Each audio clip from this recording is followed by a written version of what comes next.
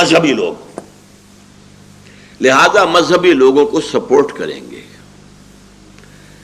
اس سے انہیں دو مقصد حاصل ہو جائیں گے. ایک بات واضح ہو جائے گی کہ مذہب کے خلاف تو ہے ہی نہیں، تو خامخواہ کچھ لوگ جو ہیں بہکاتے ہیں ہمیں، یہ اسلام کے خلاف کہاں ہے. ہو سکتا ہے وہ مسجد بنانے کے لیے آپ کو گرانٹ دے دے، انہیں اس میں کوئی حرج نہیں. تبلیغی جماعت کے وفود امریکہ میں آئے، چکر لگائے، انہیں کوئی اعتراض نہیں. وہ نظام کی بات نہیں کرتے. نظام کی بات کون کرتے ہیں؟ اب یہ میں چاہتا ہوں کہ ذرا آپ سمجھ لیں اصل میں ہوا کیا ہے. آج سے نصف صدی قبل، کہیں 300 برس سے، کہیں 200 برس سے، کہیں 100 برس سے یورپ کی کولونیل پاورز عالم اسلام پر قابض تھیں. ہمارے ہاں انگریز تھا، ملایا وغیرہ کے اندر ولندیزی تھے، مصر میں انگریز تھے، شام میں انگریز تھے، شام میں فرانسیسی تھے، عراق میں انگریز تھے، لیبیا میں اطالوی تھے، موریتانیہ اور صحرا جو ہے اس میں اسپینیڈز تھے، وغیرہ وغیرہ. یہ جو کولونیل پاورز تھیں انہوں نے ہمیں دبایا ہوا تھا، اور اس وقت ہمیں جو مذہبی آزادی تھی وہ مذہبی آزادی تھی، دین کی نہیں. دین تو ان کا تھا. پینل کوڈ ہمارا ہوگا، تعزیرات ہماری ہوں گی، سول کوڈ ہمارا ہوگا. زیادہ سے زیادہ انہوں نے رعایت کی تھی ہمارے ساتھ، بہت بڑی رعایت. تم اپنے فیملی لاز پر عمل کر سکتے ہو، نکاح جیسے چاہو کرو، طلاق جیسے چاہو دو، سارے فتوے اپنے مولویوں سے لے لو، ہمیں کوئی فکر نہیں ہے. ہمارے پاس بھی آؤ گے تو ہم پوچھ لیں گے تم شریعت کا حکم چاہتے ہو یا رواج کا.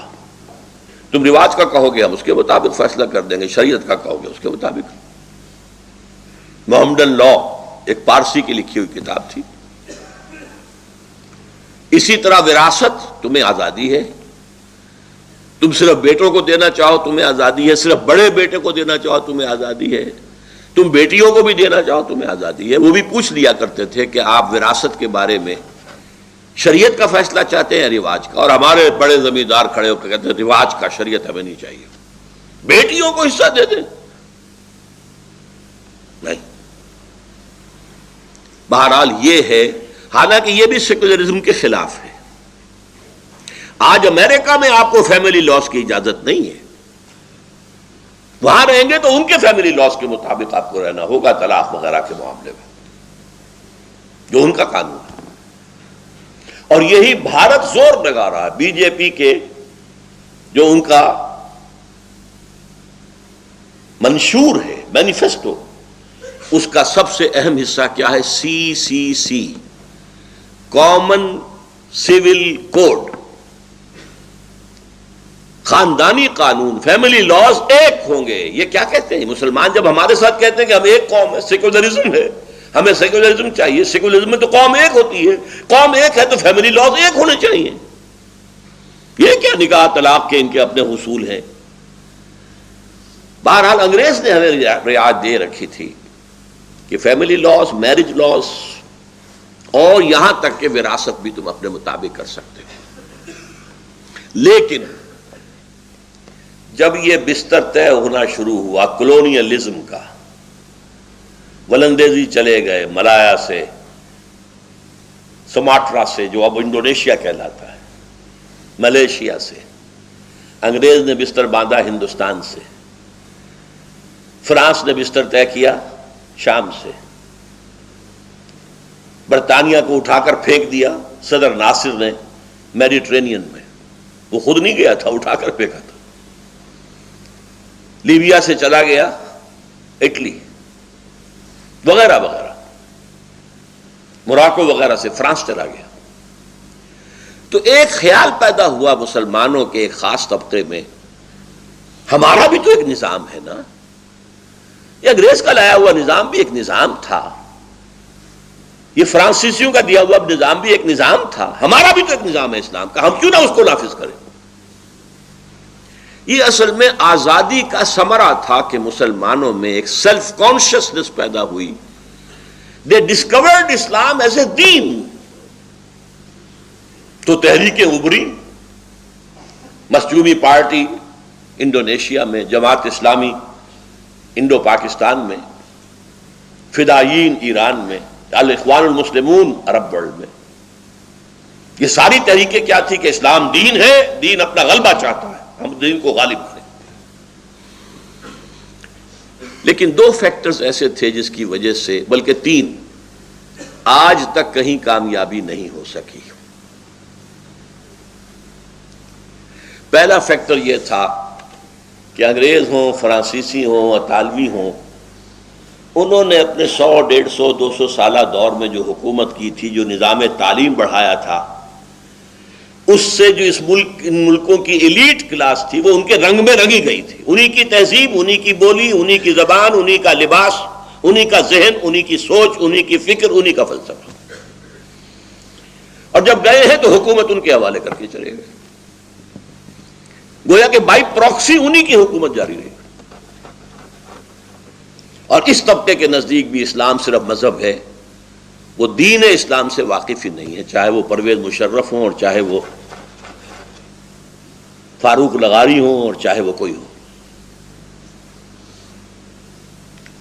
دوسری بات،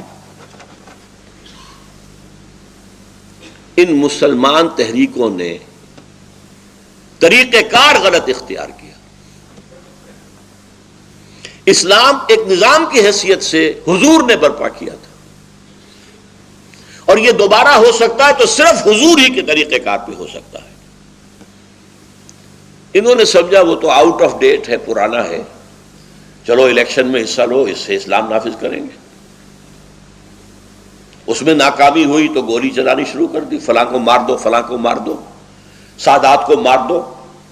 سادات مر گیا تو حسنی مبارک آ کے بیٹھ گئے. ابھی کل پرسوں میرے پاس ایک نوجوان آیا تھا کہ میرا دم گھٹ رہا ہے، میں چاہتا ہوں پرویز کو قتل کر دوں. میں نے کہا تمہارا دماغ خراب ہے، ایک پرویز کو قتل کرو گے تو اور کوئی پرویز آ کے بیٹھ جائے گا، فائدہ کیا ہوگا؟ کہاں تبدیلی ہوئی ہے؟ حکومت فوج کے ذریعے سے کوئی تبدیلی ہوئی ہے آج تک؟ اس اعتبار سے یہ غلط میتھوڈالوجی جو ہے اس نے ان تحریکوں کو کہیں کامیاب نہیں ہونے دیا.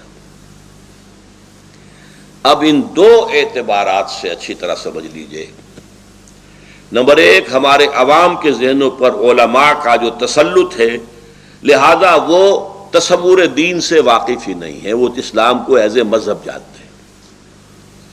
نمبر دو، یہ جب بستر لپٹے ہیں استعمار کے، تو جو نیچے حکومتیں بنی ہیں وہ انہی کے تربیت یافتہ لوگ تھے، تربیت دادا لوگ تھے، چاہے ICS آفیسرز تھے اور چاہے وہ بڑے بڑے لینڈ لارڈ تھے جن کے بچوں کی تعلیم مغرب میں ہوئی ہے. پھر پگاڑا صاحب بھی تو، یہ دونوں بھائی لے جائے گئے تھے ان کے والد کو پھانسی دینے کے بعد انگلینڈ میں، وہاں ان کی تربیت ہوئی ہے نا.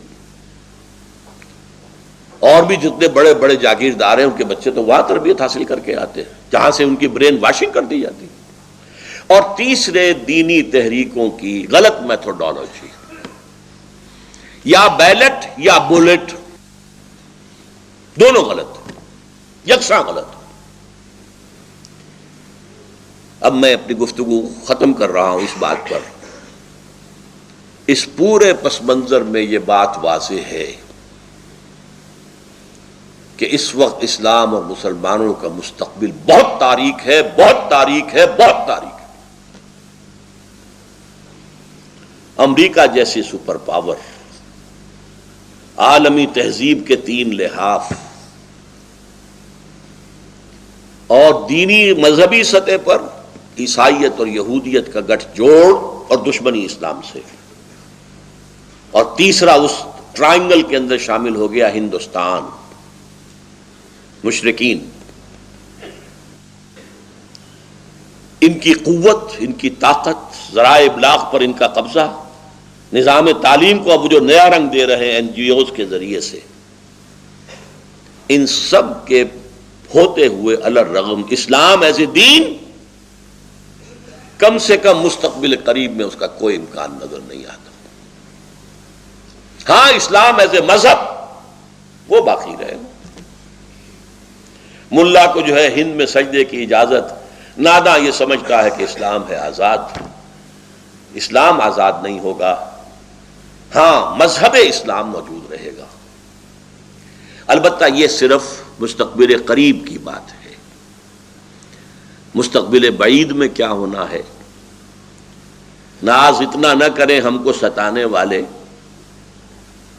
اور بھی دور فلک ہیں ابھی آنے والے. Tables will be turned. یہ کب ہوگا، کیسے ہوگا، اس موضوع پر اب میں گفتگو کروں گا. میرا آج کا جو ہے خطاب، اس کے ویڈیو یا آڈیو آپ حاصل کریں، دوبارہ سنیں، سہ بارہ سنیں، بار بار سنیں، لوگوں کو سنائیں، تاکہ انہیں جانکاری ہو، انہیں معلوم ہو دنیا میں ہو کیا رہا ہے، کون سی قوتیں ہیں، اور اسلام بطور دین کس طور سے ہدف بن چکا ہے ان تمام ورلڈلی پاورز کا، چاہے وہ امریکہ ہے اور چاہے وہ یورپ کا سینٹرل حصہ. ان سب کا ٹارگٹ اسلام ایک دین کے اعتبار سے ہے. اقول قولی ھذا واستغفر اللہ لی ولکم ولسائر المسلمین والمسلمات. گلوبل ٹوڈے یوٹیوب کے ساتھ لاتا ہے دیش ودیش کی تازہ خبریں اور نئے نئے ویڈیوز. ہمیں سبسکرائب کریں اور تازہ خبروں کے لیے بیل بٹن دبائیں.